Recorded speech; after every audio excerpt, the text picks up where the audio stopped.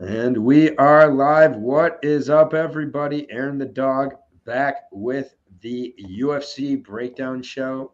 Voice slowly coming back. I promise you, it doesn't hurt as bad as it probably does to listen. But it's UFC 278, second breakdown show of the week. I already had the Contender Series up tonight. 4 or 5 underdogs, depending on your book. I have on my card. So maybe a little round robin action. So go ahead and check that out. I'm especially rooting for Thomas Paul, I'll be honest. Great story there. Lewis of Norton MMA, you know more about Thomas Paul than I do since he's from your side of it. But we're not here to talk about Thomas Paul. We're here to talk about Kamaru Usman, Leon Edwards 2, and many others. Harry Hunsucker's 205 debut. How you doing? All about Harry Hunsucker. He's the main event, isn't he? Come on. Yeah, like they used to. How the fuck did he get on a main event? Well, on a pay-per-view. They used to name UFCs back in the day like UFC Renegade or whatever. This is UFC Nemesis, Bad Blood. This is UFC Hunsucker in Utah. Like just all sorts of weird MMA Mad Libs happening here. Yeah. And we had a Mike Jackson fight announced this week. So. Oh yeah. He's gonna get killed.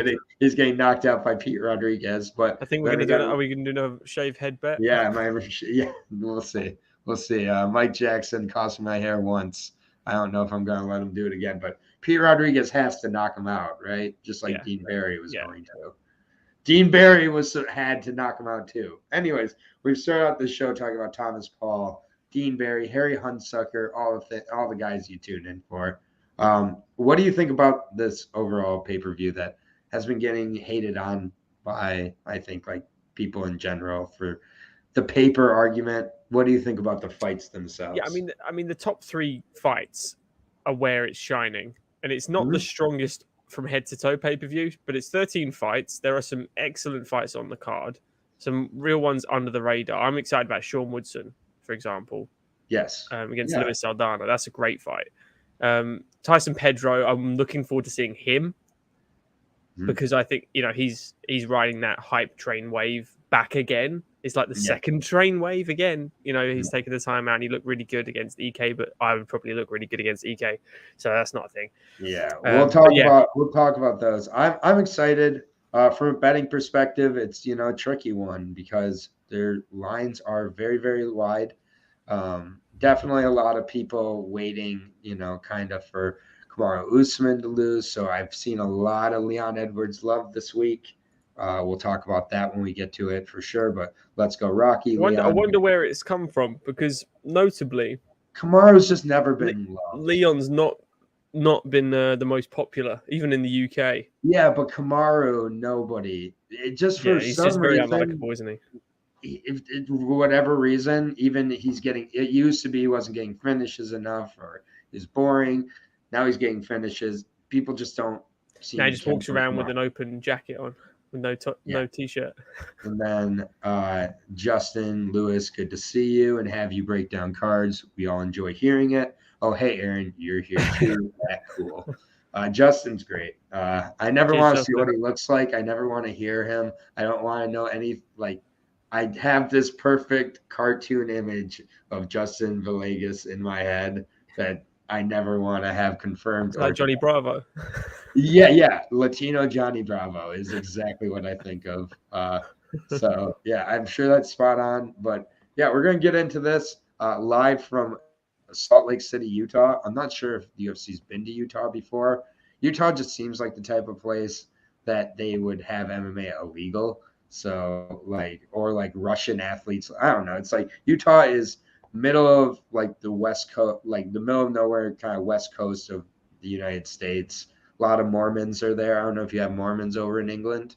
Not many. Dogs are going to bark for a second, but the door opened because we're live.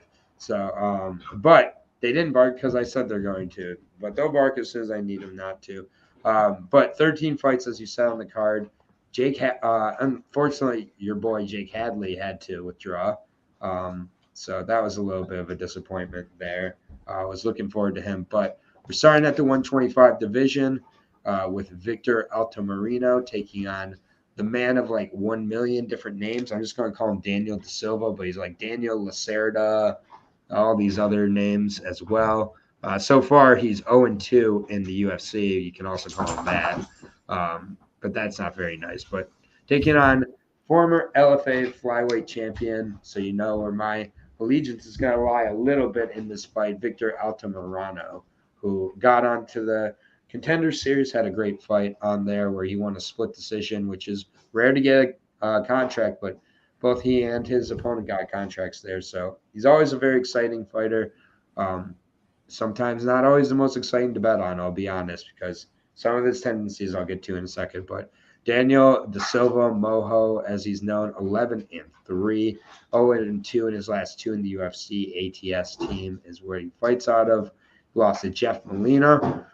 No shame there. Honestly, he was on very, very short notice for that fight. Jeff Molina, one of the better guys in this division for sure.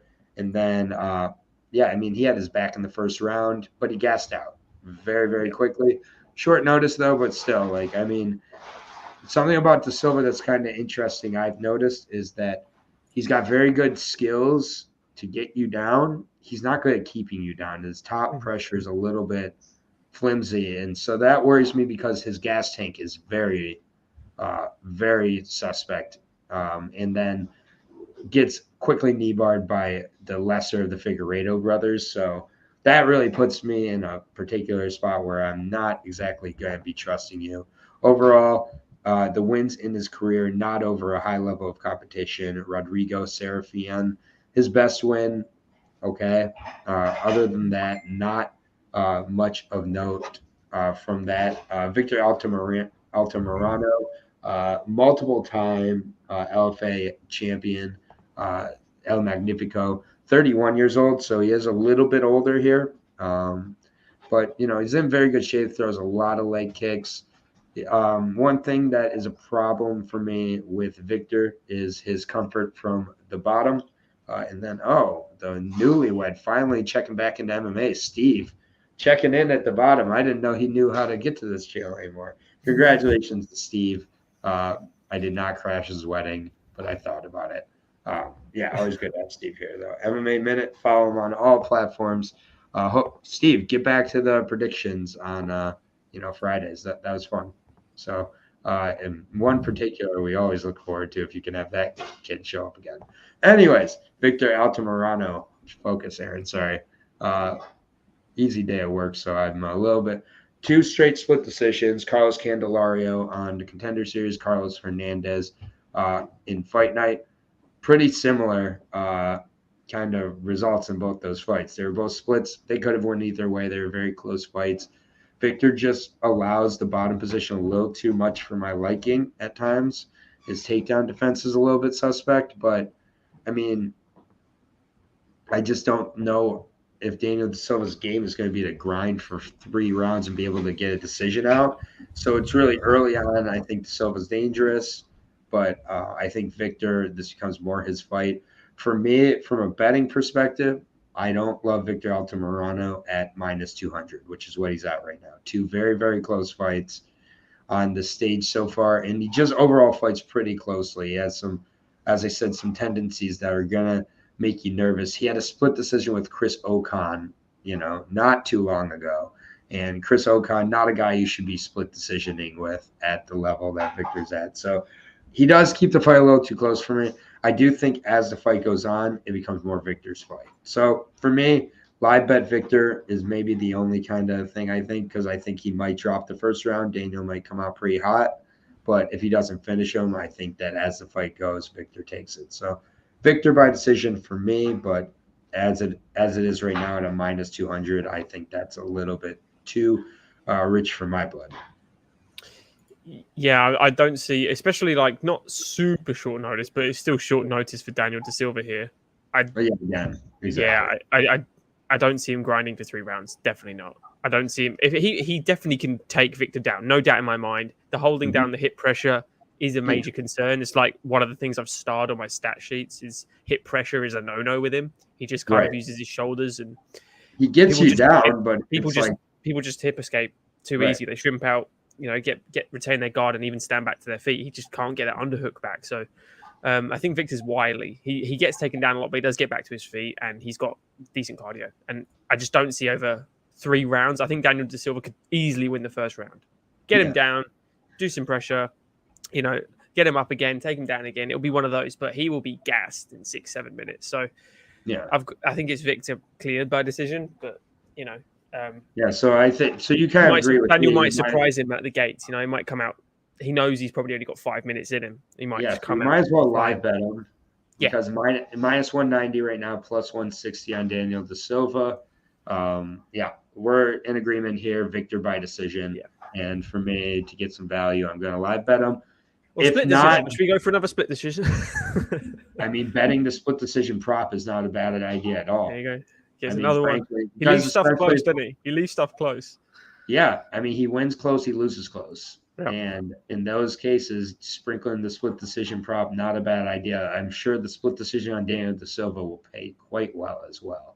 So, that's not a bad idea either. I like those 2 plays for that fight. I do like that fight. It's a good way to start out the card. I think it's a sneaky way. Next fight of the night. This one's a funny fight to me, just because I'm not sure Jay Perrin should be here. I like the guy. He's scrappy. He's fiery. But I think he's kind of that Chris Moutinho, Northeast regional kind of level of competition. And we saw what happened with Chris Moutinho, no longer with the promotion. I'm not sure Jay Perrin might be falling close behind here, to be honest, but is coming into this fight very, very confident, coming into this fight with a full camp. That should be noted. His UFC debut came on very short notice. I believe it was, 4 days, 5 days? Something like that, yeah. That's a brutal – I mean, that is a brutal test, and that shows a lot right there that Jay wants to be here by any means. And he gave Mario a hell of a fight, too, in that fight. So, on 5 days' notice, super impressive. Batista's just good, man, as well. Batista's really good. So Jay, and it's like, again, you look at Jay here in this picture on Tapology. I don't often point to Tapology pictures, but this is what a 5-day cut looks like. He now has a full camp for this camp, 8 weeks. He's been with Syndicate. I get Syndicate for the male division, not great. I mean, he's training with Cameron Else. He's training with kind of guys like that. So I'm, blanking on a few others, but Cameron Else just got dispatched by Archie Lang pretty bad himself. But taking on Archie Lang here. The Mario Batista loss was not a negative for me. I actually was quite impressed with Jay in that fight. Before that, beating Diego Silva. Diego Silva doing work with LFA now. That's a really good win there. Very solid Brazilian guy there who I think could be in the UFC eventually. Came up short against Joy Joseph back on the Contender Series, but Jay, he's scrappy in this fight. He's going to be well behind on the feet. He's going to have to use his wrestling, have to use his takedowns, I think, here and really kind of grind this one. But Archie allows that to happen. Archie does allow the fight to be taken to him at points a little too much. 26-9 now. His record's going all over the place. He's got one of these records where they add wins, they take away wins. Who knows at this point? He's a decent veteran, 29 years old out of China, obviously. Coming off that Cameron Else ground and pound win in 3 minutes. So it's like, what's that? Called it. Oh, yes, you did. And I did not. For whatever reason. I told you Cameron's crap. Yeah. And so it's like, how much is Cameron even able to help as a training partner here? He's like, in my 2 minutes and 45 seconds where I got dominated and quit, this is why. So it's like, that's not great for me. But, I mean, before that, Archie Lang allowing Cody Durden to take the wrestling to him the way he did, that's what is my red flag here. I think Jay Perrin can do the same. I think he's able to flow together with the striking enough. He doesn't have to exclusively wrestle. I just think he has to have a heavy wrestling game here. And I do think he can. I don't rate Archie Lang particularly high, even after that Cameron Else fight. He did what he was supposed to. I think the Cody Durden fight was more alarming to me. Jeff Molina came alive at the end, but still Jeff Molina was well in control for that. I'm going to take the upset here of Jay Perrin. There's not a ton of upsets on this card that you're going to get super behind. I think this is one that you can. I think Jay Perrin's just the key is the wrestling. If Jay Perrin gets the wrestling stuffed early, I do think Archie Lang has enough to edge him out to a decision striking. So I'm not like wildly confident here, but I think Jay Perrin has enough to MMA game him out to a decision. I really thought you were going to go Archie Lang because I'm going Jay Perrin as well. Okay. And it is purely based off Cody Durden, to be honest with you. Right. Archie Lang can stick him with the end of those shots. Really long range, pinpoint accuracy, very long range combinations. Doesn't throw one shot at a time. He throws 3 or 4 in one hit. And he's got excellent distance management. He's in and out without getting touched, really. But as soon as someone grabs his leg, he falls over like a deck chair. And yes, I think Jay Perrin has way too much of a brain. He's going to be, as you said, Syndicate's going to have one. Syndicate too. Yeah, like they adjust really well to these sort of fights. And as you say, like Jay's had some good wins in his record as well. The Diego Silva win's a good win. Really good. And like when he choked out Josh Smith as well, like I can see it running that way. I think he's going to get Archie Lang's back at some point. And I think he's one of those guys that he's going to end up cut open by that second or third round, but he's still going to be going, and Archie Lang will slow down, and it's going to be it's a grapple of his striker matchup in my head for a victory for Jay. I don't think he's going to outstrike him, unless he mixes up some takedowns and comes back up, feints low with the takedown, gets into the hips and comes up with a clinch shot, elbows at the clinch, that sort of thing. So Archie Lang for me is very good, but not the level that maybe that Else fight promoted him to, because you don't look at the name of Else, you look at the finish, and it's not that impressive. So I think Jay going decision with Mario Batista is very impressive with like 4 days notice. So I'm going Jay Perrin for this one. Do you like the finish for Jay then? No, I don't. I think if he does get a finish, it'll get his back. Yeah, like a late submission. Yeah, but I think he'll dominate rounds 2 and 3. To be honest with you. Yeah, I'm on the over for the Archie Lang fight. Yeah, I think the over would be the way to go. Bananas and grapes. It'd be really funny if bananas and grapes was somebody else. I know it's not them, but it'd be funny if like they were like, "Oh, I'm gonna add some grapes." And anyways, So the odds real quick. Sorry, I knew I was forgetting something. That's what I was forgetting. -170 for Archie Lang right now. +145 on Jay Perrin. So I think I'm going to wait. I don't think I can bet on it quite yet, but yeah, I think I'm going to wait. And so we're going to move on to the next fight here. We're starting with the low guys, 125, 135, back to 125 here with what I think might be the trap fight of the night. Maybe I'm wrong here. I know Francisco Figueiredo, we don't rate him very highly, but I think Amir He's all right. What's that? He's all right. He ain't that bad. Right, but I think Amir Albazi is getting a little bit overhyped and overpromised here. I think there's a route for Francisco to win this fight, and I think kind of win it decisively. I do think on the feet, I don't trust Amir Albazi. And, Francisco Figueiredo is showing to be way better on the ground than I originally anticipated, but it's also against a certain level of competition he's able to do this against. We did see a couple fights ago, the Malcolm Gordon fight. I think that told us more about Francisco Figueiredo.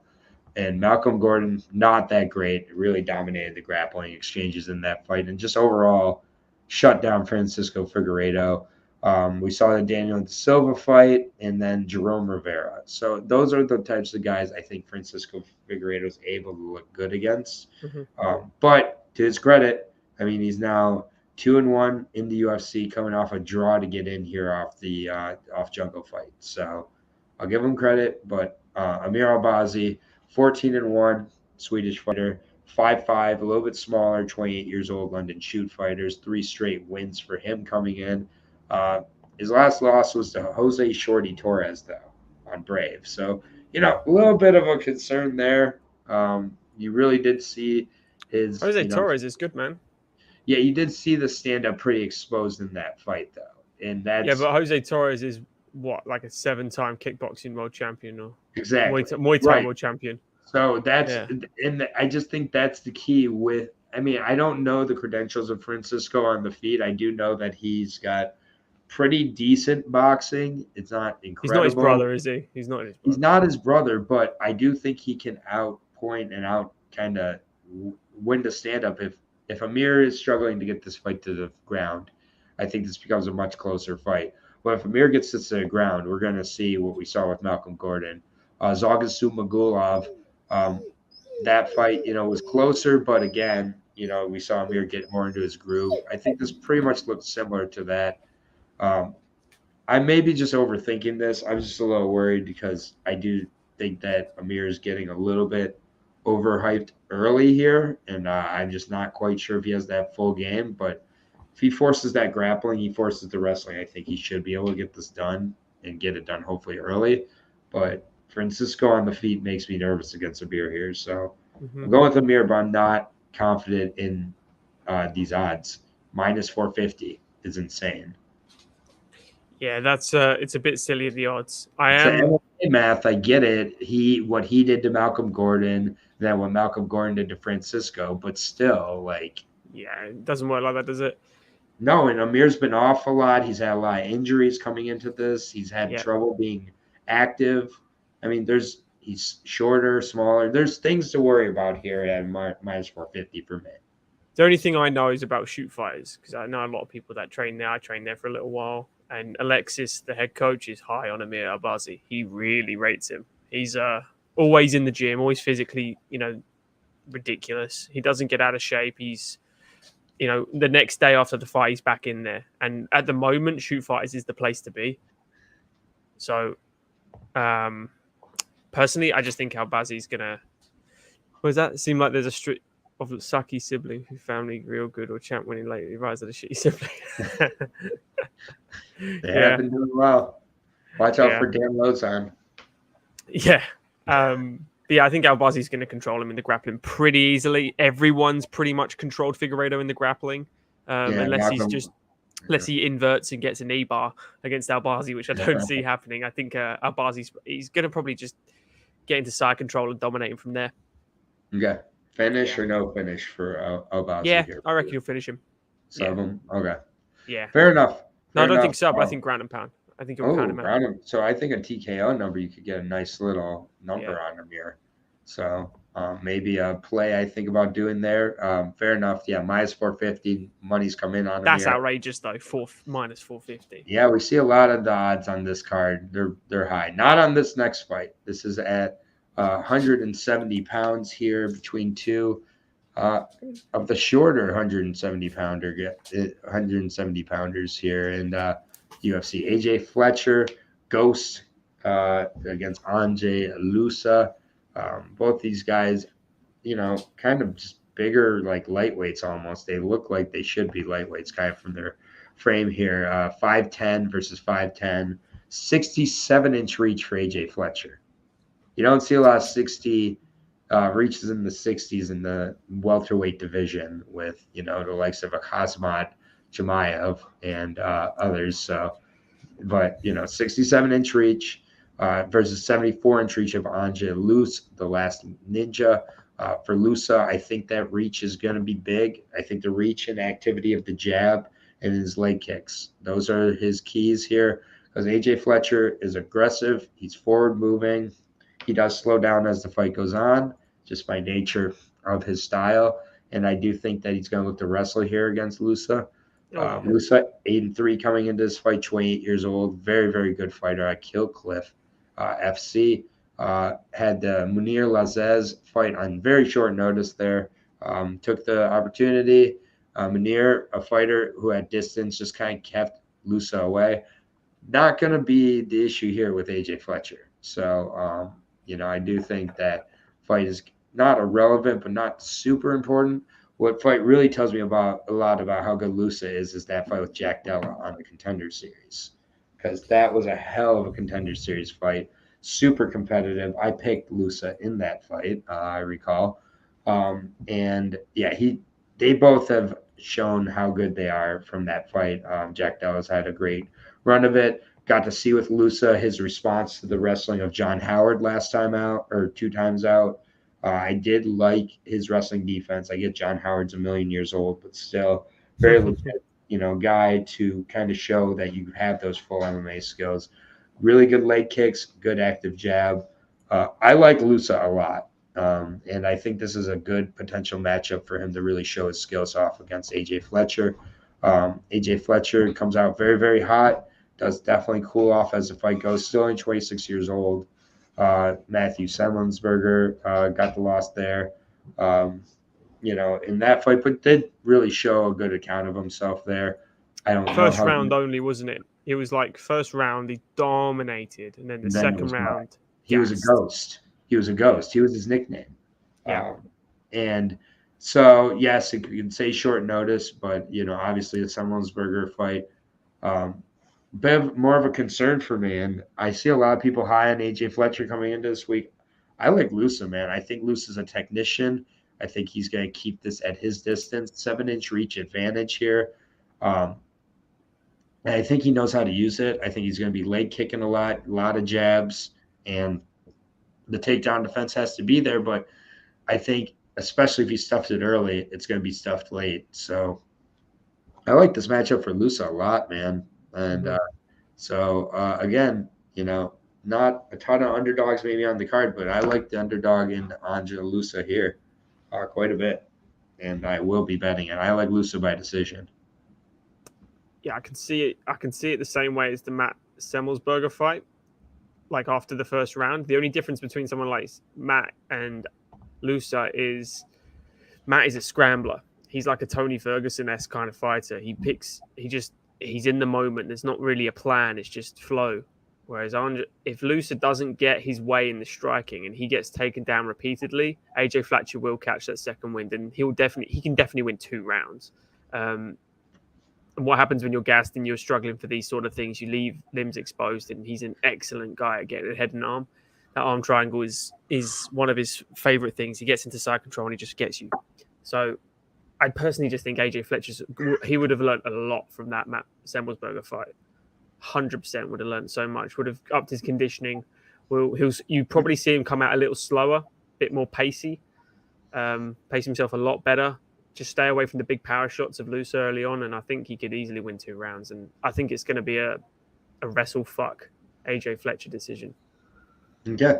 Yeah. Well, but I like the Lusa call because he is good, even though the opponents he's faced are not great. And I think the Lazez fight annoyed me because I had him in that. But, yeah, I did too. I think he might be a victim of his own success. He had such an exciting fight with a named guy like Jack Della now, and that's the height of him. I think that might be the height of him. Well, this fight will tell us a lot. This is a fight that whoever loses this fight is in the danger zone, so to speak, where it's like 0-2, not really a hyped prospect coming in. Like I'm in trouble. But whoever wins this fight, opposite. Plus 135 on Lusa right now. Minus 165 on AJ Fletcher. So that's pretty good price on AJ Fletcher. Yeah. I mean, we'll see. Yeah, both guys 10, 11 fights in their career. Lusa's trained at some very good high-level gyms throughout his career as well. So should be an interesting one. Next fight, not one I'm really super interested in. Easy fight to predict. This is a rematch of a fight that Miranda Maverick won the first time around. She's going to win it the second time around. I'm not going to go break down these two fighters here. I think this is one of the biggest mismatches, if not the biggest mismatch of the night. Miranda Maverick 1-2 in her last 3, allegedly, with that Macy Barber loss. And Shayna Young does not like facing ladies who like to grapple or wrestle. She has no wrestling defense, as a matter of fact. I think what Ega did to her. Just look at what Sarah Alpar did to her. Yeah. Sarah Alpar. She just woke up from that illegal knee from Jessica Rose Clark, I think. Yeah. I swear it was illegal. I swear her butt was on the mat. But anyways, Miranda Maverick takes her down, submits her again. She was submitted her last time around. I just don't know why she wouldn't this time around as well. Shayna Young, really benefits when her opponents fall off a cliff gas-wise. Otherwise, she seems to have trouble. Yeah, I mean, Miranda Maverick is going to grab her legs, shove her to the mat, pound her face in. That's it. She's already submitted her once. Yep, that's it. There's nothing more to do it. Shani Young has not improved, in my opinion. She's the same fighter. She's got very little takedown defense. She's got very average striking. She's not fast. Her movement is plodding without a stalking mentality with that power shot. If you're a plodder and you don't move well, you need to have a power hand to separate that distance. So she has neither. I think Miranda's not even... She does what she does best. She doesn't entertain the striking. She knows she's a better grappler than most of the women, so she grapples. And it's not much more to go on. And she's an elevation fight team, which to me is one of the best. Yeah, like her cardio is phenomenal. And she's a minus 600 favorite. So yeah, I mean, plus 400. I think she does it inside the distance. I think the under 2.5 would be good enough to bet on too, just in case Shanna lands a miracle side karate kick to the jaw that knocks out Miranda somehow. Then you have it covered. Minus 2.5, under 2.5 on a woman's flyweight fight, I would assume would get you some plus money. But that's all I gotta say about that. As the steak sizzles, that is absolutely a steak. That's your steak fight, is it? I would say so on this card. Yeah, that's a steak fight. No. I will be talking about the steak fight in 2 fights. Don't worry, because it's not Sean Woodson and Luis Saldana. It's the fight after that. It's the real steak fight. Yeah. My God, what is Lucy Paladilova doing back here? But good God. That fight is atrocious. We'll be there in a second, though. On to Sean Woodson and Luis Saldana. This fight is a banger, and I'm super excited about this one. I love Sean Woodson. I love his striking. It's some of my favorite striking in the UFC, honestly. It's former boxer, had an accident, switched over to MMA. His volume when it's rolling is so fun to watch, man. He just gets into, kind of that zone. Luis Saldana, not as much of a fan of Luis Saldana, I'll be honest. I have not been impressed with this guy. I wasn't impressed with this guy on the Contenders series, and I haven't been impressed with him since then. 16-7 MMA Lab, so that's the impressive part is MMA Lab for me. Coming off of a win, allegedly, over Bruno Souza. I went back and watched that fight. Luis Saldana lost that fight. Bruno got robbed, and it was a unanimous decision. And then I went back and I watched him against Austin Lingo, and oh my God, he made Austin Lingo look like a god, which is not, you should not make Austin Lingo look like a god. And he did. And then I went back and watched the Jordan Griffin fight. Jordan Griffin won that fight. Luis Saldana falls off a cliff after the first round. Every fight. And he keeps winning fights. And cue the Aaron Paul Breaking Bad, he can't keep getting away with this meme because he somehow is voodooing these judges into think he's winning. I don't get it.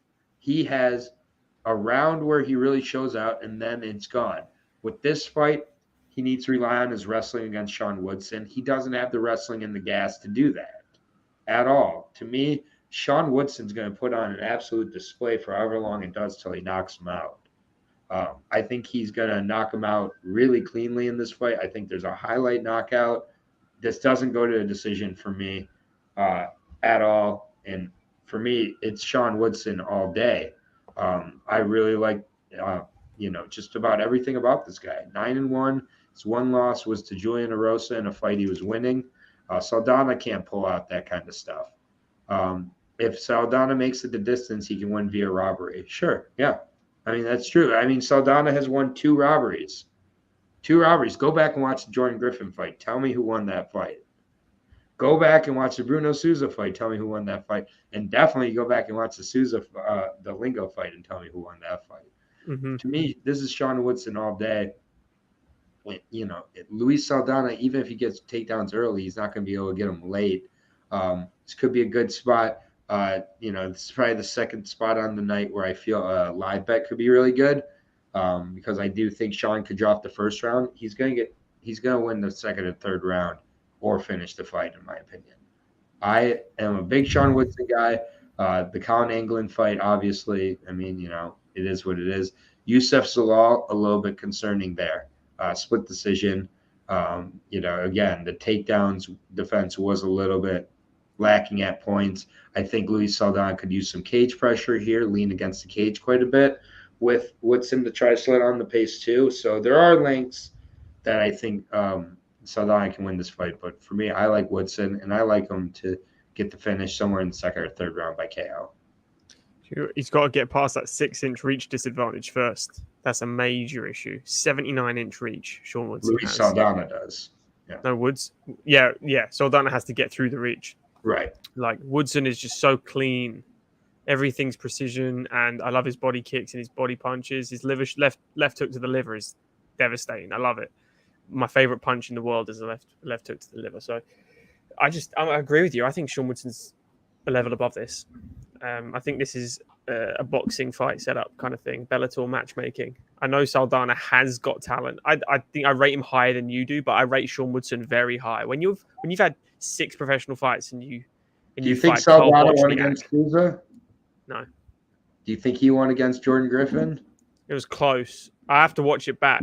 Dude, Jordan Griffin won that fight. Did he win it?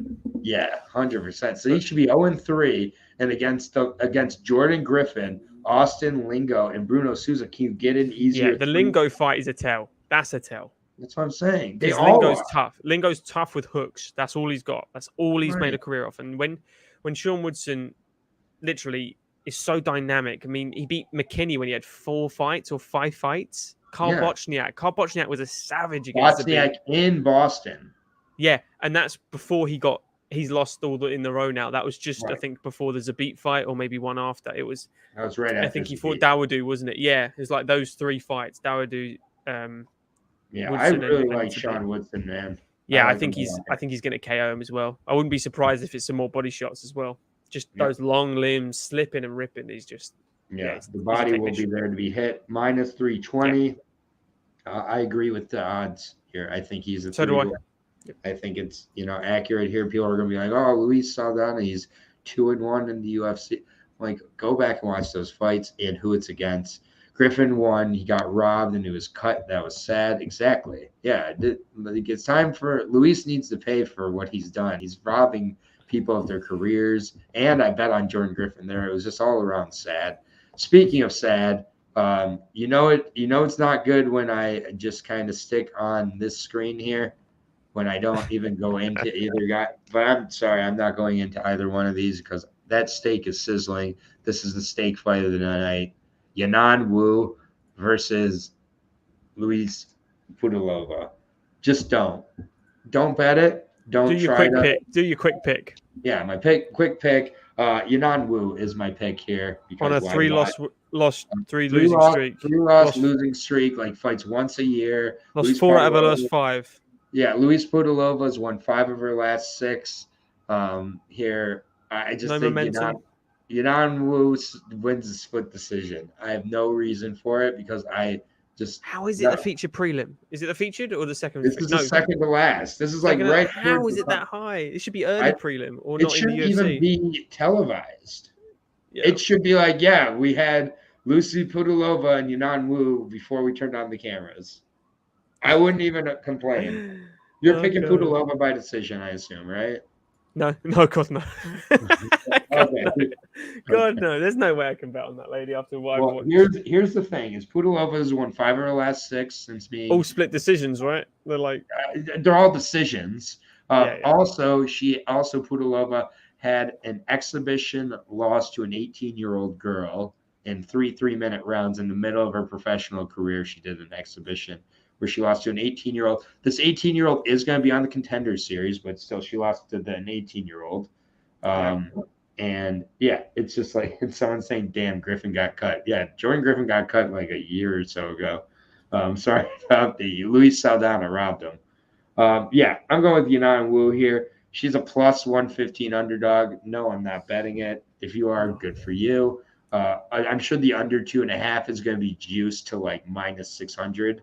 So, if you're betting this, I guarantee you've got a Yanan Wu poster. There's no way otherwise.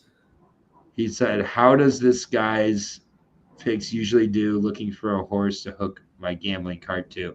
I always say take the reads you like and that you respect, leave the ones you don't.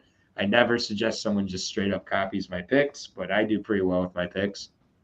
Yeah, you make a lot of money from your I, picks. I make plenty of money from my picks, but I never would tell someone to just straight up copy my picks. When you hear something you don't like, I always encourage anybody who follows or tails my picks to use critical thinking. So And watch the fights as well and see if you agree. If you agree, right. then and also be comfortable to disagree with me on picks. Disagreeing is fine. I'm not planning to go 100% here. I want to, not planning on it. So I always am very honest about the ones I'm confident with, and I'm when I'm less sure, I'm honest too. Banana and Grapes is very confident about Wu Yanan. And then Moist, I'm gonna have to ask you to leave. Who can it be now? That's horrible stuff. Moist Audio, one of the best follows on the I internet. like his picture as well. It's just him with. I'm assuming it's him with two of his friends with beers. Yeah, he's a savage. He's a great kid. All right, next fight here, our featured prelim. It kind of stays weird. They decided to go weird with the featured prelim. We got Jared Gordon taking on 158-year-old Leonardo Santos. Did you know Leonardo Santos knocked out Kevin Lee of Eagle FC? Did you know he's like gotten all these crazy wins and now he's on a 2-fight losing streak? He was on his way to beating Grant Dawson before Dawson decided. He knocked out Kevin Lee. Was that his first? Kevin Lee's first loss? Yep, Kevin Lee's first loss. That must have been about 7 years ago. I love this community too, and no problem. Welcome, man. Well, I know he's got a win over like Rocco Martin as well, and Anthony Rocco Martin. But he's Stevie Ray. He knocked out Stevie Ray. Yeah, he's 42 years old. He's fighting on Novo Union. I didn't even know Novo Union was still around. That hasn't been a gym I've thought about in a little bit. He's a beast, mate. Knocked out Stevie Ray, but went to a split decision with Adriano Martins. What do you mean you didn't know that gym? That's Andre Pedernera's gym. No, I'm kidding. I'm just like, you don't really hear much about Novo Union lately. It's like, I guess Henan Barrow's not around anymore. But yeah, Aldo's still out there, isn't he? The greatest bantamweight of all time, Henan Barrow. Johnny Eduardo is out there. Yeah, exactly. This is my point. The guy that has Muay Thai tattooed on his stomach. But the last three for Leonardo Santos, though, have been rough. Roman Bogatov was bad, dude. He was controlled the whole time, but he got kneed in the balls, 7 times? So there were so many points taken away that it went from a win for Bogatov to a loss for Bogatov, unanimous decision, because I think Bogatov lost 2 points in that fight. I'm not going to go back and watch Bogatov and Santos. I remember. He lost 2 points, and I think Santos won a round. Yeah. He's 40. Yeah, he's 42. And then the Dawson fight, he was on his way to a win in that fight. And then Dawson. 1 second ago. Yeah, 1 second ago went kamikaze, made James Krause look like the most brilliant coach ever. Where he's like, you got to go. You got to put it on. And like he actually did. So shout to him. And then, Clay Guida. First round, Santos is looking good. Then he falls off that cardio cliff we've been talking about a little bit here. And I just don't think Santos has it anymore. I think that he's got damage issues. I think he's got gas issues. He's, a world-class Brazilian Jiu-Jitsu practitioner, but not in MMA. It's just like one of these things. It's like, yes, he's allegedly, but he's not showing that. And Jared Gordon, super accurate on his feet, very good with his stand-up, good boxing, good gas. He loses to the good ones. He beats the ones he's not. Who does he lose to, though? Who does he lose to? Exactly. Grapplers. Okay, so then you could talk in a minute. He beat Hakron Diaz, a grappler. He beat Dan Moret, a grappler. He beat Chris Fishgold, a grappler. He beat Joe Solecki, a grappler. Chris Fishgold in that bracket. He's doing bare knuckle boxing now. Fishgold ain't a grappler. Joe Solecki, a grappler. This is for me. Jared Gordon needs to use his wrestling at times. He needs to use his boxing at times. He just needs to mix up the game and push the pace and the cardio. Because for me, I think he can get away with wrestling against Santos and messing with the jiu-jitsu because Santos doesn't have much of a bottom game from what I've been able to see at 42. It's not going to be there. So I do think Gordon can wrestle, and his accuracy on his feet is very good. The only thing Santos has is power, so he could catch Jared Gordon and knock him out. But I think it's like KO or bust for Santos, which is crazy to say. I think Jared Gordon cruises here to a decision. I'm gonna go the other way. Oh my God! I know, because whenever Gordon fights someone with a significant reach disadvantage, he struggles to get inside that distance. Yes. When he will get inside that distance, he's going to close the hips, and Santos can then trip him down, use his body lock, and use that trip. When he gets top pressure, Gordon will not get him off him. He will be like glue. But what if Gordon pushes wrestling? Pardon? So it's whoever gets on top, though. If Gordon's on top, he's going to be glue on top. I think Santos is better than you make out on bottom. I don't think Gordon wants to engage in the grappling at all. I think if he can get inside, he will KO Santos. If he gets inside, I'm just banking he doesn't. So I don't think you should bet on Santos, but my pick is Santos. I think Santos you're correct with the betting picks. Santos by KO? No, I think he will sub him. Oh my God. Yeah. That's so crazy. When's the last time Santos went for a submission in MMA? It's been a while. Probably Rocco Martin, probably like 7 years. But he does it. He fights like once every 3 years, dude. He fights like once every 3. Santos has full-on Jorge Gurgel syndrome. He definitely. He's probably very chinny now as well. So it's more of a love for Santos. It's more of a love bias Santos pick. It's my heart and head pick. I think this is going to be where a lot of people get trapped going for the dog and Santos because the odds are out of control here. Yeah. Minus 275. Well, are you confident in Jared Gordon? No. There we go. So it's not such a bad pick if you're not confident. No, I mean this is just I'm passing from a betting perspective. Yeah, that's the smart thing. Is don't bet on it. Yeah, I'm just but I think way more people are going to bet on Santos than they should here because he's a plus 240 and they see he's got the jiu-jitsu resume. Plus he does have that power. And, Gordon loses to, as you said, grapplers. So he does lose to a lot more grapplers than you think. Diego Ferreira is a striker, but he's an incredible BJJ practitioner. Joaquin Silva has grappling, Oliveira, and his reach. Think about that. I know it's Oliveira, and it was the start of his thing. Dude, relax, dude. Why was Jared Gordon... Reach. Just I know, but why was Jared Gordon ever in there with Charles Oliveira? No, it's just the point of the reach. Is all I'm saying. When he's got that experience. I'm going to tell you, Santos uses. Gets the experience of getting smacked in the face. Right, but at least he's like, oh man, this guy's way worse at using his reach than Charles Oliveira. I don't think. I think Santos shouldn't be a minus 300, but I think he gets the decision here. Yeah, I mean that's smart money, but I'm not here for smart money. I'm here for a crazy pick. That's not true. That's not true. You're sharp. That's going to bring us to the main card. This freak show of a main card. Oh my God. Starting at the 205 division, the fight everybody's been waiting for, the fight we're all waiting for, the debut, not the UFC debut, the professional 205 debut of Harry Hunsucker. Can I get you to do something before you do this fight? What? Can you sum this fight up in 5 words? I've asked someone this at work today, who's in MMA as well. If Tyson Pedro is healthy. Good. Okay. So you think Tyson Pedro could lose? Yeah, he could twist an ankle. He could get injured. So by a technicality, Harry Hunsucker could win this. I like it.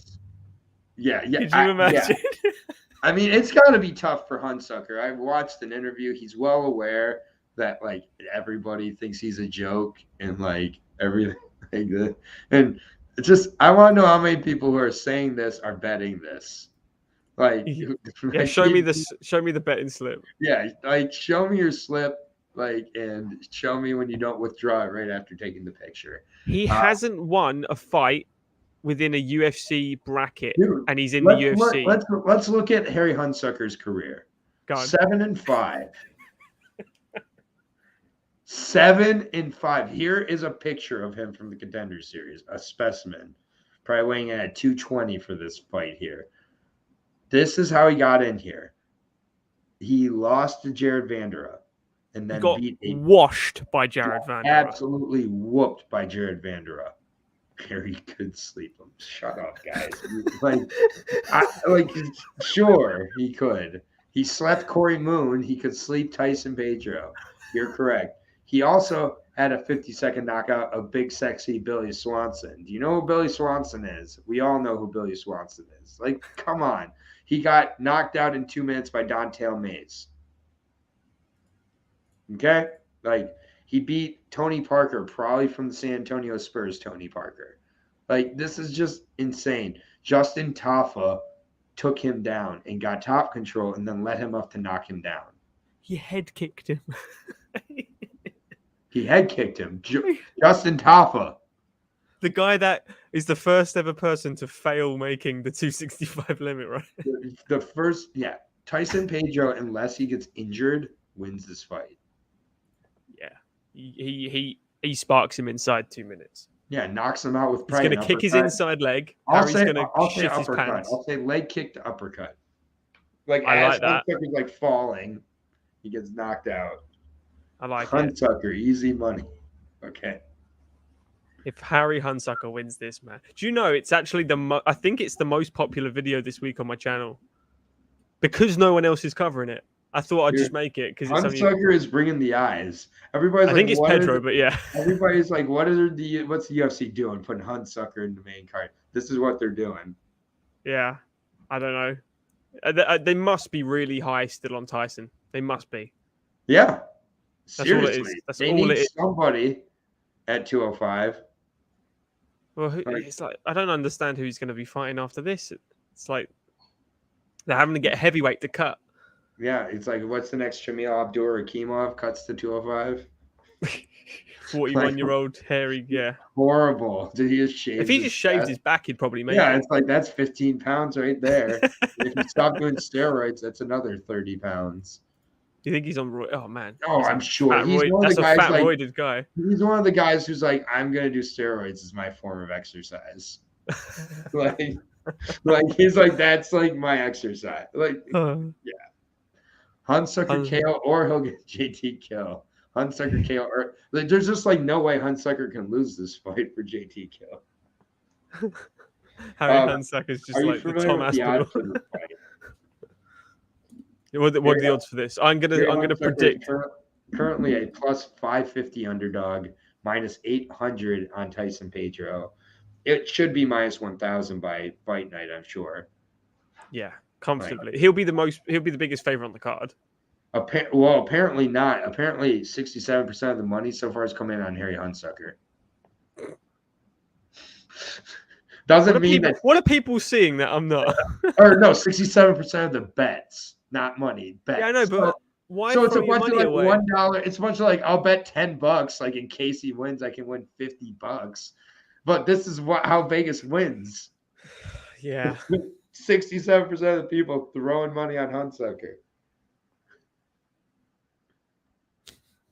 Just reading Justin's thing. It takes a second. Everyone goes quiet to read it. Yeah, I just read. Yeah, Justin kills everything. All right. End of that fight, back to the heavyweight division. This is a really interesting fight that I'm very excited to hear your thoughts on. I think this is a great matchup. We're going to learn a lot about both these guys. Alexander Romanov taking on the litmus test. That's what his nickname should be, Marcin Tybura. Marcin Tybura has 3 hours and 5 minutes of octagon time. He's been in the octagon a long time. Performance bonuses. He had a 5-fight win streak at one point in the UFC. Like, the guy's been around. Greg Hardy was included in that win streak, I will say. And Walt Harris. 9-6 overall. He belongs in the Hall of Very Good. He's never going to be in the Hall of Fame, but he's very good. Marcin Tybura, I'll give him credit. Like, top 10? Yeah, he's always number 10. He is number 10. Always. And Alexander Romanov, undefeated, in parentheses, now bring on Juan Esposito. That fight, because he lost that fight, but he got kicked in the dick, so he quit and got a technical decision. 31 years old, just, against Chase Sherman, just grabbed his arm and twisted it.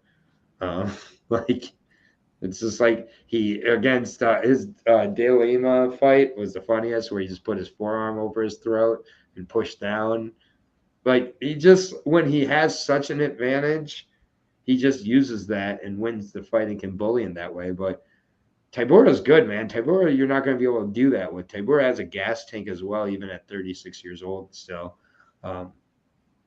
And he also is, tricky with the takedown defense. I think that Romanov, you better hope it's Romanov round one, because I think this fight gets a little dicey as it goes otherwise for Romanov here. I mean, it's just, like, Tybura is a good litmus test, and Romanov has beat Juan Espino barely, Rodrigo de Lima, Roque Martinez, and Jared Vandera and Chase Sherman. Can you have an easier run? So he's beaten all the non-ranked heavyweights now. He's beaten all of the bad, except Harry Hunsucker, who moved down to 205. Like, but that's about as bad of a run as, like, you can have. This, like, we don't know a lot about Romanov yet. We have, and the one I think we learned the most about was the Juan Espino fight, where we didn't learn great things. We saw a guy really slow down. We saw a guy that when you are able to stuff the takedowns, he becomes a little bit of a, kind of a lost cause out there. All that being said, Romanov at the beginning he's just too much, and he's gonna, I think, be able to build up a pretty good lead on Tybura. I'll be interested to see if Tybura has anything really to stop it. Coming off that Volkov fight, Volkov and him looked terrible in that fight, I'll be honest. I was very unimpressed by both guys. Yeah. But before that, Walt Harris, Greg Hardy, Ben Rothwell, Grecian, Sergey Spivak. The Sergey Spivak is the best win on there, and that's before I think Spivak really figured out his overall game.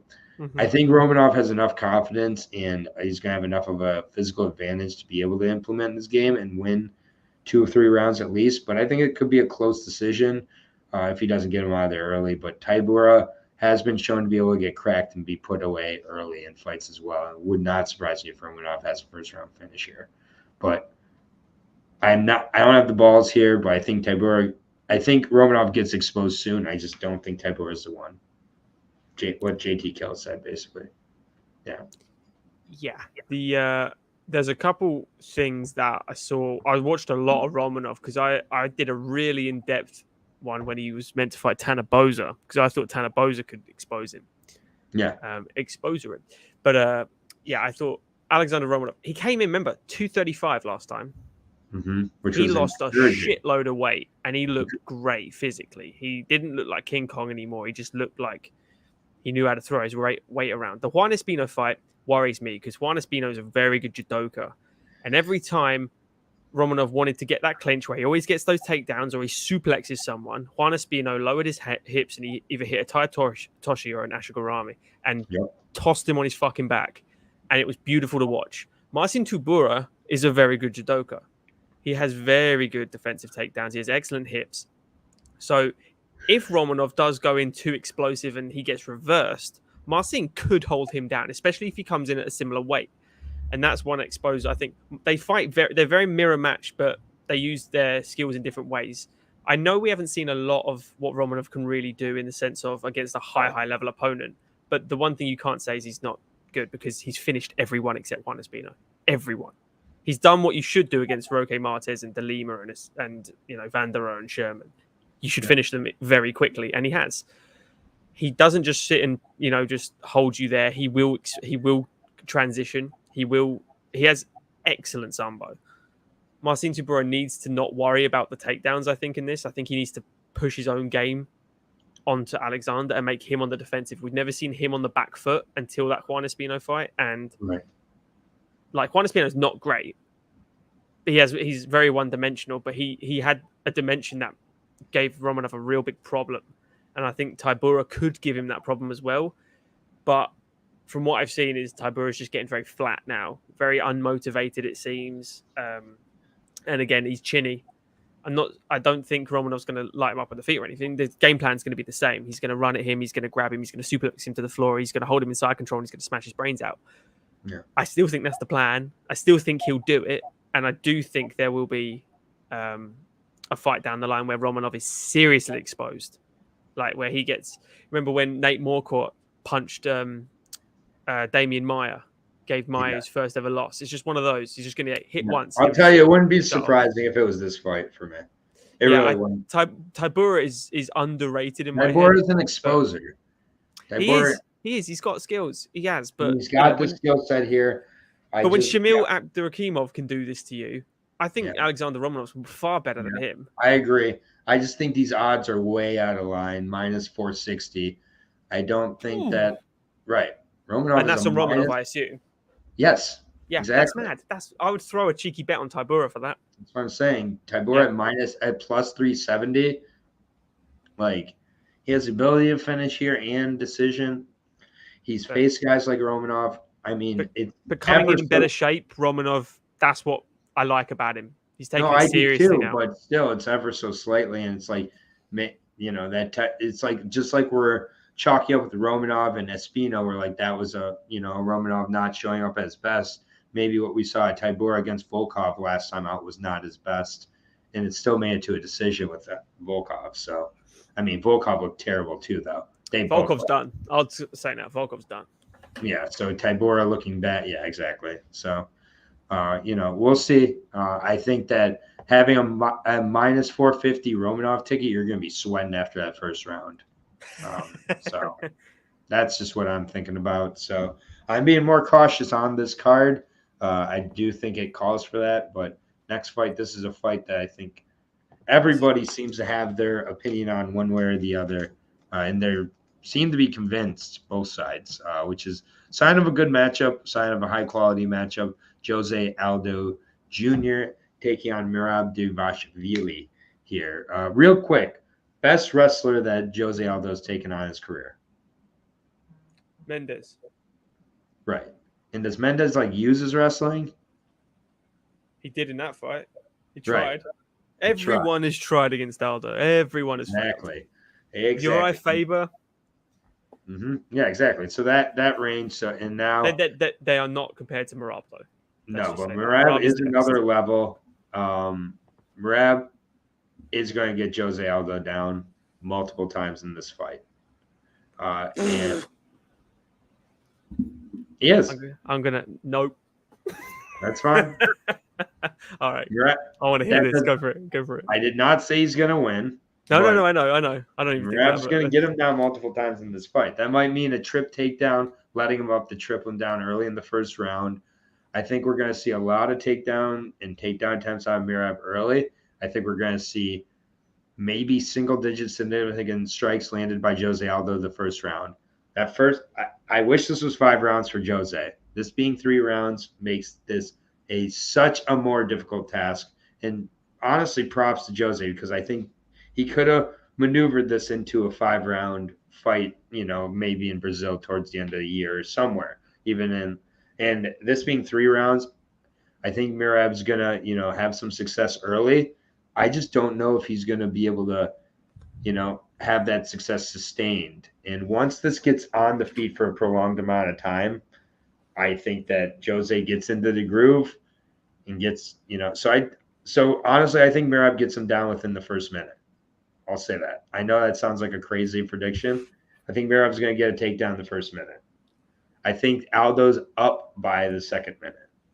And then I think the fight really starts. And I think from there, it becomes more one-way traffic for Aldo as the fight goes more and more. I think that the stand-up is good. It's just not even close. I do think Merab has chin issues that just aren't able to be super exposed. But I think a guy of Aldo's power definitely will. And then I think Aldo shows the takedown defense as this fight goes. I think that Aldo's, not worried about getting taken down early. I think what he'd be worried about is if they're coming in the second and third round and he's not stopping them. That's when I start to get concerned from a betting perspective. But for me, the Aldo bantamweight cut was too early on. And, I just think that, Aldo can keep a pace, push a pace more. I see people saying they like the 3 rounds for him over Merab here. I mean, we'll see. I just worried about Merab getting a big lead early from the first round, but we'll see. You seem to disagree, but I am taking Jose Aldo in this fight, and I'm shocked that people were picking Merab. Yeah, and I got Jose as a underdog at plus 125. So the best win Merab has had is Marlon Moraes, and Marlon best win he Moraes. has is Ricky Simone. He didn't tap. I see. I was about to say. Dude, when he took down Ricky like 28 times in that fight, that one. Okay. And then he tapped at the end. We're gonna just go from we're gonna go from Gustavo Lopez, what is it? John Dodson, Moraes, and Stamen. Are those like the last four? Then you jump into Jose fucking Aldo. I mean Marlon Moraes, Dude. No. He's gonna not Aldo is possibly the best has the best takedown defense of any striker in MMA ever. The dude does not get taken down. Right. Ever. And I think he's been taken down like twice ever, and he just goes bang straight up. If Merab, it's going to be like Usman Colby, was like, was that a takedown? Was that a takedown? Kind of. That's what I'm saying. That's what I'm saying. They're not going to be these. It's not going to get him. He's going to step inside. Aldo's going to kick him once in the leg. Merab's going to shit his pants. And think every time someone gets close to Jose, it's in the up the middle. I'm saying, though, he did make Ricky look like he'd never wrestled in his life. Great. That's great. That's insane. That's great. Chad Mendes. He's in what caliber wrestler is Chad Mendes? What statistics does he have? All the time American stuff. Couldn't get close to Aldo's hips, and when he did, he ate a knee in the face and he got KO'd. So, Aldo, this is a mismatch to me. I really believe that. I think Aldo's going to piss and kill him. Yeah, man, I really do. I know Merab is a sensational wrestler. He's a one-dimensional sportsman. He doesn't fight. He takes this as a sport. He's very much Bilal Muhammad. It's that kind of aspect. I'll win a round to win the fight. Aldo will kill you to win a fight. And this is men v boys. Like, I don't know. Jose's look great. As soon as that hits that pocket, you think of what Aldo's going to do with those switch hooks. Yeah, this is a good point. Problem's not Merab's wrestling. Oh, mate. Merab better not even try and strike. That's what I'm saying. He can't throw. Yeah, he cannot strike with him. I'm a massive Jose fan, and I don't nothing against Merab. I just think no name you mentioned can put a human being on their back like Merab. So no, that's not true. But that's why I keep hearing that's why I asked you one or the other. Yeah. That Aldo has not faced a wrestler. If Merab beats Jose, I will be so fucking impressed. That will be. He's favored right now. Honestly, the underdog. I know. I don't know anyone like in personal that's actually picking Merab. Everyone can't believe he's an underdog, and they're all going really gung ho on Jose right now. I just think I really believe Jose is going to kill him. And then some chick saying this seems like a lock for a decision. I don't see Aldo finishing Merab even if he drops him. He could definitely finish Merab. I mean, Rafion Stotts finished him in 15 seconds, and Stotts doesn't finish anybody. So, like Aldo definitely could finish him, but I mean, we'll see what the prop number at over 2.5 might not be a bad route to go in this fight. If you want to talk about the Ricky Simone fight as well, you got to think I think 6 months before that fight, Frankie Saenz beat him. So Yeah, exactly. Yep, great point. And then real quick, the updated odds. Money has come in on Jose, kind of supplying what Lewis has been saying about not knowing too many people who are taking him. But think of who he's lost to in recent times. Plus 105. Jan Volkanovski and Max Holloway. That's it. Yeah. I don't. If you say he lost to Marlon Moraes, oh, and here's JT tripling down on Merab here. I like JT's. Okay. But Edson, I will just Bryce Mitchell. Edson, I think it's shown a little more. Edson gets taken down every fight, though, so there's a bit of a difference. And showed a little more signs of wear than Aldo's shown. Edson doesn't have the best. There's some differences, but JT, I support you. I like it. Yeah, Merab fans are very confident in their pick, and as are Aldo fans. That's why I said teeing up this fight. I said this is a fight where everybody knows how it's going to go exactly. And I gave what I felt was a balanced opinion on both sides. No, yours is definitely way more balanced than mine. Where I made my pick. Yeah. I just honestly, I've watched so much of both guys. Obviously, Jose for years and years. I just don't see Merab getting It took close. Merab 140 unanswered strikes to the head for Keith Peterson to stop Merab against Magic Marlin and his chin. So we don't have to worry about Aldo and him finishing. That's for sure. Yeah, and As long as Keith Peterson, yeah. and Aldo won't be worried about that either. And I mean, we saw this past weekend with that main event how big of a difference it makes when one opponent strikes doesn't hurt the other and the other one's does. Like it makes a difference. Like damage matters, and Aldo's going to be able to put, I think, a lot more damage on than. You think how fast he still is. It's such a good fight, though. He dropped really, Rob. Just think, really, like he dropped Rob Font 4 times in that fight. He broke his orbital bone, He shattered his orbital bone. He made Marlon Vera look like he didn't belong in the top 5. He's why Vera's so good now. That loss is why Vera. Aldo is still the dog. He's still the man. Yeah, I agree. 100% there. We're on. I'm interested for the next one for you.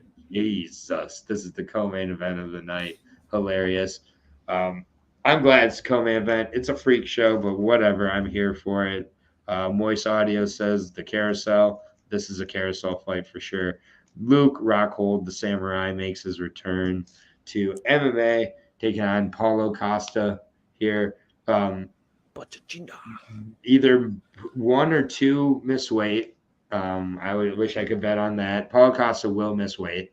I'm positive on that. Like he's gonna weigh 190. I'll say. Luke Rockhold will make weight. Luke Rockhold will probably weigh 181. It's just like this is weird. Listening to Luke Rockhold in interviews in all seriousness this week, he sounds unwell. He does not sound like he's that just Luke Rockhold though. Right, but he sounds like extra unwell. Yeah, like extra unwell. Like he does not sound like the brain cells have recovered. He was like talking about Bo Nickel. It was pretty funny. I'm not gonna go into these guys' record. This is just a fight where, like, if you're really trying to break this down from a realistic perspective, like Luke Rockhold has major chin issues. Paulo Costa has major power, and Paulo Costa is going to just knock him out. I don't know what else there is to really talk about here. If this goes to a decision, it's going to be horrible because it's going to be 2 guys who just aren't taking this seriously. And Luke Rockhold, if he goes in there and finishes Paulo Costa, okay. Wow. If he finishes Paulo Costa. That's what I'm saying. Like, yeah, wow. There's no amount of tape I can watch where I'll be able to make that. Okay, like, this is a freak fight, man. And the odds are like minus 300 for minus 350 for Paulo Costa. Like, that's what they should be. Like, yeah, I mean, why are they doing this around? Here. This is a bad matchup. Horrible matchup. This is like as bad as it could get. How long's it been? It's been 3 years since he's fought. And they're going to put him against the most powerful striker at middleweight? Why? Who doesn't gas either. Right. Like what he showed against Marvin Vettori. I know he lost, but he was in a who got more hurt in the fight? Marvin got more hurt in the fight. Correct. Like it was he is a Yoel Romero. Yeah, Luke was a former champion. Yeah. Luke's a former champion. Yeah, he beat Weidman. Who did he lose to?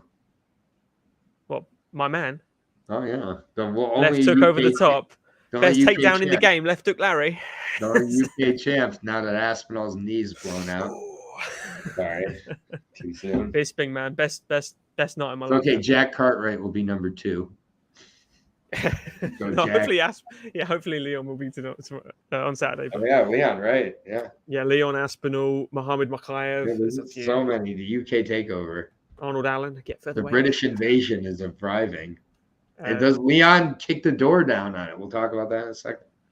Yeah, I think Paulo Costa's shown that he's not just like a bodybuilder. He actually has got skills. He's got an excellent high kick, and that switch body is very, very good. He has genuine technique. Because he's a troll, people forget he's actually got skills because he's such a joke. Because I'm going to ride this, but like it's bad. Yeah. He's gonna like Costa's going to soak up this win like he's going to KO Luke Rockhold very hard. Yeah. If it all depends what Luke Rockhold comes back. We've seen the viral clips of him hitting like sensational question mark kicks, and he's in the gym with Perillo now. He's with Perillo, which is weird. I think he's going to have Charlie Ontiveros' reaction to getting hit. So do I. And then he's going to be stumbling like Charlie Ontiveros. He didn't just lose either in 2018 and 19 against Yoel and Yan. He got obliterated. Yeah. He got brain, his brain got scrambled. He got knocked out bad in 3 out of his last 4. I want to see Luke Rockhold back in Bellator against Yoel Rivera one more time. He'd probably lose, mate. He'd lose, yeah. But of course, he'd be Corey Anderson kind of thing. Yeah, I think Paulo Costa's just gonna. I'd be surprised if it went the distance. I think round 1 or 2. Former champion for 5. Jesus, he's not joking. Yeah, but it is though, isn't it? He had the belt for 6 months. Champion. He had the belt for 6 months, and that's insane. Oh man, that's just like early days of UFC bad. Do you remember when Vitor Belfort wheel kicked him when he was TRT Vitor in the Sky, where he had the Sky? Remember when red Chris shorts? Weidman tried to wheel kick him? Yeah, that's why he lost. But that is one thing. Luke Rockhold in that fight, he has an excellent top game. You think he smashed David Branch with his top game. He's beaten a lot of good guys. Chris Weidman, Machida, the first Bisping fight got a mounted guillotine. He's got brilliant jiu-jitsu. That's the only avenue I think he should go down. I don't think you should be fucking striking with Paulo Costa if you're chinny. No. If you bet Luke Rockhold, and with cardio issues, he's always been slow in the third rounds. If you bet Luke Rockhold and you get that right, you have such large testicles. I just like the Luke Rockhold Harry Hunsucker parlay. I will pay you $50 if you hit that. That's crazy. And you show me a cash ticket. That's amazing. That's just insane. Anyways, on to the main event here. Another rematch. Leon Edwards taking on Kamaru Usman. Is Kamaru Usman the pound for pound number 1? No. Volkanovski is for me. Okay, so number 2? Yeah. Okay. So pound for pound number 2. Fan-wise, for me, it's razor close. It really is. Fan-wise, he's what, like number 500? Like, there's just so many fighters that, like, he's people are putting him as in the GOAT conversation now, which I disagree with. Yeah, but they don't like him. They don't like him. Would you have him ahead of GSP in welterweight GOAT? I wouldn't. I don't know. I think GSP beat better people. He'd have to retire. He'd have to keep winning. If he beats the trajectory he's on, yes. Yeah, for sure. If he continues at this trajectory, and especially if he moves up to light heavyweight and wins the title, since he's not going to move to middleweight. He won't do that. Yeah, but if he somehow does that, even if he wins fights at light heavyweight, multiple fights, Rumble Johnson style. Yeah, maybe, but I mean, there's just either way. He's great. He's great everywhere. He's beat everybody in front of him. I just think, this fight, I'm not sure how different it looks from the first fight, to be honest with you. I just kind of think, these guys are what they are. The matchup is going to be what it is. It's not ever going to produce a super exciting fight, in my opinion. Do you think they're both just highly evolved versions of their former self, and it plays out the same then? Yeah, essentially. Do you think he's going to wrestle fuck Leon? I think he's going to chest fuck him. I think it's going to be a lot of cage pressure. Like the first Masvidal fight. Yeah. I think that. Yeah, I don't see it being crazy. I'm not sure what else I can really, see happening here. Yeah, I mean, the difference between Leon's grappling from then and now, I mean, Usman was 6-1 when they first fought.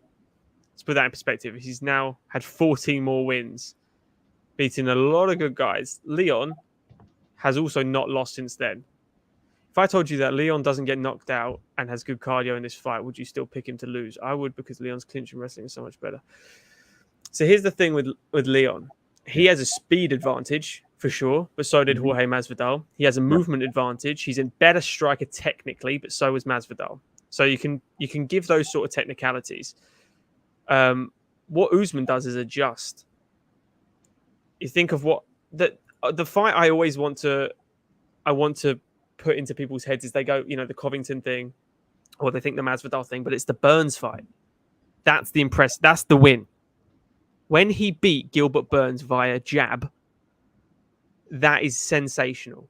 Yes. I can definitely see Leon Edwards winning some rounds here. And as a Brit, I am so excited and I cannot wait to root for this man. Because this is only the 4th time a UK guy has ever fought for a belt. So this is major for me. And, us down here. But I think Usman does everything slightly better. And I think he has more tools to use against Leon because Leon's not going to try and wrestle Usman, in my opinion. I think he'll clinch up with him, but I don't think he'll try and grapple him to the floor. Yeah, Luke recorded very stupid. He definitely was. I just think Usman is... He has the ability to slow a fight down and make it boring. He has the ability to make it exciting. And I worry for Leon if he switches off at any point in this fight, because Usman will capitalize. He is arguably the pound for pound guy right now, because he beat Colby. No one else can right now. He knocked the fuck out Jorge Masvidal. He's improved his stand-up so much. And that's thanks to Trevor Whitman. The thing is with Leon, think of the Bilal Muhammad fight. That first round, Bilal Muhammad got into Stephen Wonderboy Thompson, took him down easy. Vicente Luque took him down easy. Got near Leon Edwards. Leon Edwards backed up those hips, hit him in the chest with a knee, backed him the fuck up, and nearly KO'd him in that first round. Made him quit. Basically. Leon Edwards is fucking sensational. He really is. But I just feel like if there was an Usman, you would be champ. He's that guy. He's the Alexander Gustafsson of welterweight of this era. It's that. And that's what I fear. I will be backing him with all my body, but I cannot see any way Usman doesn't win. That's what I'm saying. It's so hard for me to say that because I feel like it's treason. I've betrayed the English people. Yeah. I mean, and it's pretty, crazy. The odds are pretty close. They're definitely respect, at least for Usman at this point. But still, we have seen Usman dropped as well. Like Leon, if he hits the combinations and he actually uses his technique, gets the right angles, he could drop him like Gilbert Burns did. Gilbert Burns has more power than Leon. Leon's not a guy to particularly finish guys. You think the Dos Anjos fights, the Cerrone fights, it's out of the clinch. He gets that single collar tie out of the clinch. He lands the elbow, steps away, hits you with a front body kick, cuts you down again. He definitely needs to stop that front leg of Usman because that's where all the power is going to come from with that right hand that stopped Masvidal. Right. If Leon wins, it'll be by decision. He ain't finishing Usman. I don't believe that for a second. But I do think he can win, and I think it'll be razor close. It'll be a 3-2 either way, in my opinion. But I want Leon, but I think Usman. Yeah, I mean, and the odds don't indicate that. I mean, minus 400 on Kamaru. I think that's mad. That's mad. Still too wide. I said close. I meant wide. I'm sorry, I misspoke. No. Yeah. I was expecting him to be closer. Is what I meant. Yeah, plus 310 on Leon. I'm gonna probably take a shot on Leon there. I'm not gonna bet a huge amount, but plus 310 is, I think, too high to pass up on a very highly competitive 5-round fight, in my opinion. This will be the greatest day in UFC history for UK, because beating the pound for pound one, Michael Bisping did amazing, absolutely amazing, but Luke Rockhold was not pound for pound one. If he beats does that make Leon pound for pound king? Does it? If you dethrone the pound for pound king, does he instantly move to at least step 2 behind Volkanovski? It's funny how all of a sudden he's easily in the top 10. Right? Suddenly we've got a guy that is there again, It's I'm curious. If it's a close decision, they'll make him beat Usman again at the end of the year. Yeah, there'll be a rematch. Rematch. That's the problem with these fucking champs that last for so long. You beat him once, you got to beat him twice. Exactly, and it's hard to beat. Yeah, so then good point on how his takedown defense looked against Bilal in hindsight with how Bilal's been wrestling. Yeah, and shots fired. Yeah, most Brits can't wrestle. Leon has good wrestling, but compared to Usman, not a chance. No, not in a straight wrestling fight. Brits. I think the only Brit that loved wrestling was Brad Pickett. That's pretty much it. Banana thing immediately becomes the one pound number one. Okay, all right. I disagree, but yeah, I hope Banana has an English accent. Good to know. Real quick, I'll do some quick picks here with you. Try to throw together a 4-piece money line. And we're going to get out of here. Tomorrow I'll have the LFA picks with Lucky Locks. And at the end of the LFA video, I will be picking the PFL on whatever it is in the playoffs for that. Kayla Harrison's fighting some dental hygienist. I don't know. I'm not mad at her. She's making money. But quick picks, and I'll try to note who's being part of the 5 as we go. Starting out, Victor Altamirano versus Daniel Da Silva. I got Victor in this fight by decision. Yeah, me too. Okay. Archie Lang versus Jay Perrin. Got Jay Perrin by decision. Jay Perrin by decision as well, yeah. All right. We agree on the first 2. Amir Albazi over Francisco Figueiredo for both of us. I got the submission. You have the KO, correct? Ground and pound for Amir Albazi. Yeah. Yep. Amir KO prop is going to be a nice one. I'm going to think about that one for sure. Anja Lusa versus AJ Fletcher. I got Lusa pointing out a decision. Yeah, and I got Fletcher on a decision. Okay. And so far, I'll say Amir Albazi is the first on my 5-piece. Why not? Miranda Maverick versus Shanna Young. Miranda Maverick by submission or whatever she wants. Yeah, Miranda, whatever the way she wants. Yep. Miranda Maverick second on my parlay. Sean Woodson versus Luis Saldana. Sean Woodson pieces him up, puts him away late in round 2 or 3. Yeah, Sean Woodson KO first round. Yep. So Woodson will be the third on my parlay. Pudilova versus Yanan Wu. I'll be making my stake. Make Yanan Wu by split decision. Yeah, that was fine. All right, sure. Next, Jared Gordon versus Leonardo Santos. I got Jared Gordon in this spot, taking a pretty good, solid decision. I'm going Santos for upset. Come on. Come on. Tyson Pedro, Harry Hunsucker, 205 debut. I got Tyson Pedro first round knockout. I think this is Harry Hunsucker first round. So. Yeah, of course. Yeah, of course. Tyson all day. Yeah. I'm not going to put him on my 5 because that's cheating. I just feel like that's a coward. So Tyson Pedro will not be part of the 5-piece. Next up, Tybura versus Romanov. Alexander Romanov versus Marcin Tybura. Alexander Romanov with my eyes shut very tightly. Yeah, I agree. First round or bust. All right. And then next up, Jose Aldo, Merab Divashvili. I've got to, take Jose Aldo in this spot, and he will be part of the 5-piece here. Jose by decision. Jose by decision. Not often that I have an underdog in my 5-piece. Plus 115 underdog and Jose in the 5-piece. Paulo Costa, Luke Rockhold, Paulo Costa knockout. First round, and yes, Paulo Costa is the 5th in my 5-piece. 100%. And then Kamaru Usman versus Leon Edwards. It's a close fight. I'm still edging with Kamaru by decision, but I'm thinking about a bet on Leon Edwards, frankly. Just the price is way off here. Yeah, head and heart. If I was a betting man, it's the safe pick is Usman. I really want Leon. Might be a very happy week next week when we chat. All right, so your pick is Usman. You picked Usman. You are a terrible Brit. A treacherous man. Look at this man. Take a look at this Englishman. He's so biased that he picked Kamaru Usman over Leon Edwards. So I don't think anyone can claim bias again. Yeah, exactly. But yeah, that's gonna do it. Real quick, let me just see any comments I missed. Real quick. If you're the UFC, who do you want winning the fight? You want Leon Edwards winning the fight. Yeah, you do. Dean. You definitely want Leon. If you can make Leon a star just by beating Kamaru, people will be like, "Ding dong, the witch is dead." Just you go back to the UK again. You get a stadium instead of an arena. Beat Kamaru. No one wants Kamaru to be champion. Like, trust me. Then Adrian, appreciate the PFL picks. Oh, I'm glad because it's a quick pick and no longer an individual video. Secures MMA fighter in UK, David Beckham. I'll stay here doubting him though. Dental hygienist, I'm dead. Prop bets, however you want. And then, you like Fletcher, Kelly. Sorry, I got Lusa. But it is what it is. Hey, this was a really fun breakdown with you, Lewis. I, always appreciate you making the time. I'm glad that we can go through the fights that we deem not needing to talk about quickly, like Pudilova and Yanan Wu. Congratulations if you win a Yanan Wu bet and you justify it with, we make money. I like to make money on things that make sense.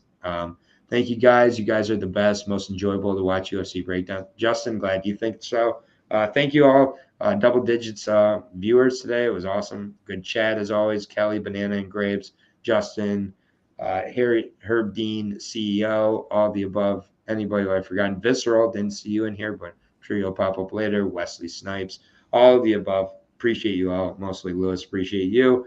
As I said, LFA breakdown tomorrow with the PFL picks at the end around 2 o'clock with Lucky Locks. So till tomorrow, timestamps will be in the comments afterwards. Keep taking care of each other out there, everybody. Peace out.